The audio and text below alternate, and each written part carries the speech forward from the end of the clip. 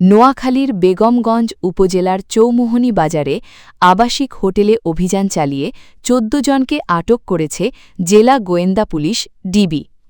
বৃহস্পতিবার দুপুরে জেলা পুলিশের সুপারের দিক নির্দেশনায় এবং ডিবি ওসির তত্ত্বাবধানে এসআই মোহাম্মদ মিনহাজুল আবেদিন সঙ্গীয় অফিসার ফোর্সসহ বেগমগঞ্জ চৌমোহনী বাজারের রাজ হোটেল, ঢাকা হোটেল এবং 7 স্টার হোটেলসমূহের বিভিন্ন কক্ষে আপত্তিকর অবস্থায় অসামাজিক কার্যকলাপ করাকালে ১৪ জন নারী ও পুরুষকে আটক করা হয়।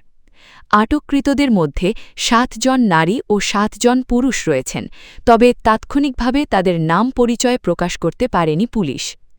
পুলিশ ও স্থানীয়রা জানায়, দীর্ঘদিন ধরে হোটেলগুলোতে অনৈতিক কর্মকাণ্ড চলার অভিযোগ করে আসছিল স্থানীয়রা। এসব অভিযোগের ভিত্তিতে বৃহস্পতিবার দুপুরে জেলা গোয়েন্দা পুলিশ সেখানে অভিযান চালায়। অভিযানে ৭ নারী ও ৭ পুরুষকে আটক করা হয়। আটক ব্যক্তিদের মধ্যে কয়েকজন পেশাদার যৌনকর্মী ও তাদের খদ্দের। এছাড়া অবৈধ সম্পর্কের সূত্রে কয়েকজন নারী পুরুষ সেখানে অবস্থান করছিলেন বলেও অভিযোগ রয়েছে।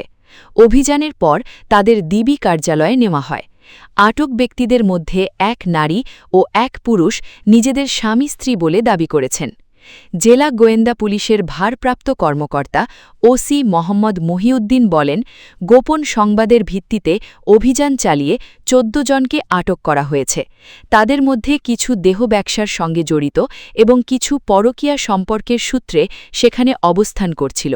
তাদের আদালতের মাধ্যমে কারাগারে পাঠানো হয়েছে।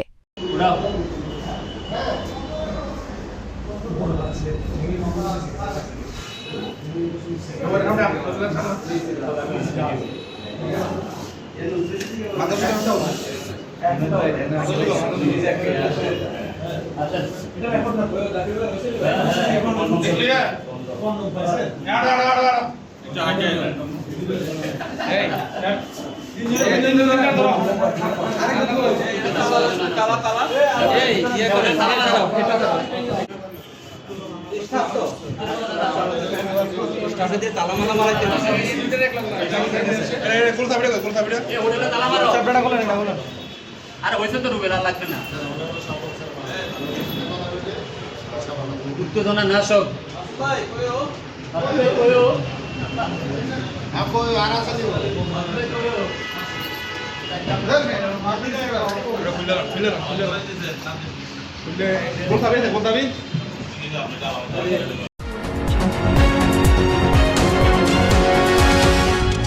এনকে টেলিভিশন, নোয়াখালীর কথা বলে।